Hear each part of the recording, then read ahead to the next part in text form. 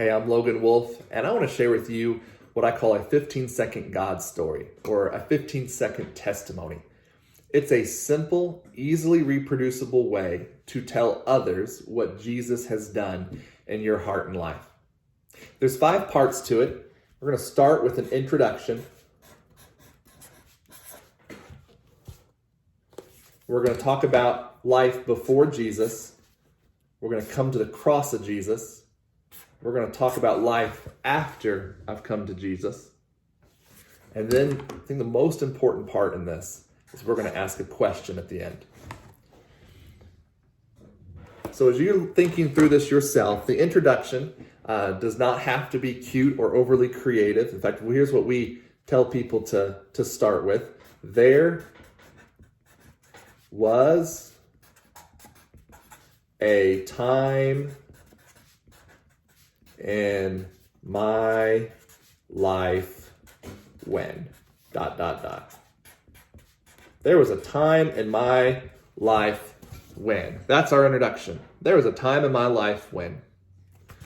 And then I want you to think, as we look back, the second part, life before Jesus, think of a word or 2 words, a phrase or 2 phrases that summarize what life was like before Jesus. There could be all kinds of stuff. I was angry. I was abusive. I was addicted. I was mean. I was a bully. I was lonely. I was isolated. I was suicidal. If you came to faith very young, you're like, I don't have this like track record of brokenness and sin in my life. I came to faith as a child. Well, just think of some biblical words that capture what it means, what life's like before Jesus. I was lost. I was dead in my sin. I was an enemy of God. Those are all good phrases to describe this. So for our purpose here, I'm going to say I was self-righteous and fearful. I was self-righteous and fearful. And so we have looked at parts 1 and 2 of our 15-second God story. And so far, for me, it says there was a time in my life when I was self-righteous and fearful. And then we're going to talk about coming to Jesus. And we're going to ask you to find 1 or 2 words, 1 or 2 phrases that describe your coming to Jesus. Now, we want to be clear at this. So again, this isn't time to be super creative or cute. What does it mean to come to Jesus? Well, I turned from my sin and trusted Jesus as my Lord and Savior. I repented and believed would be a good example. And so we usually point people to those phrases, but certainly there's some others biblically you could turn to. So I'm just going to say I turned and I trusted. I turned and I trusted. So there was a time in my life when I was self-righteous and fearful, but I turned from my sin and I trusted Jesus as my Lord and Savior.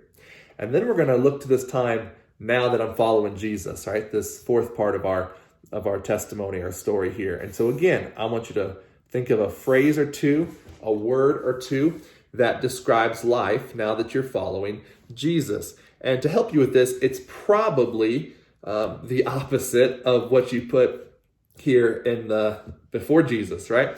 And so for me, I'm going to write this here. There's a time in my life when I was self-righteous and fearful, but now I'm actually experiencing the righteousness of Christ, or true righteousness maybe would even be a good righteousness. I'm righteous, and then now I found peace. I'm not afraid anymore. Okay? So there was a time in my life when I was self-righteous and fearful, but I've turned from my sin and I've trusted Jesus as my Lord and Savior, and I'm experiencing true righteousness, and I have found real peace in my life. Okay, now the 5th and final part, and I said a minute ago, this is the most important, excuse me, and this is a question we're going to ask. And the question is, do you have a story like that? Do you have a story like that? Up to this point, you've been sharing what's going on in your own life.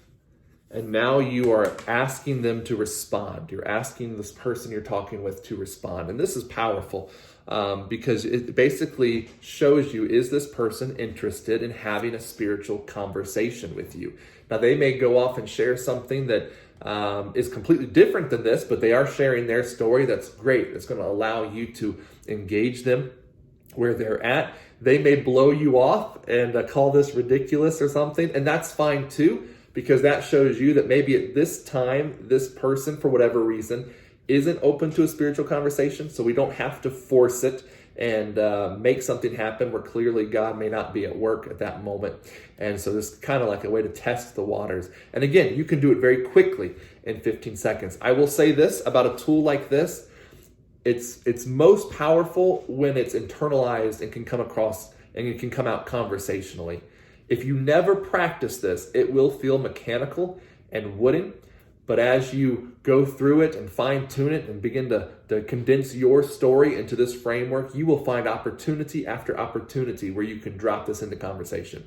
You know, there's a time in my life when I was self-righteous and fearful, but I turned from my sin and I trusted Jesus as my Lord and Savior, and I have experienced now his righteousness, true righteousness, and I am walking in real peace.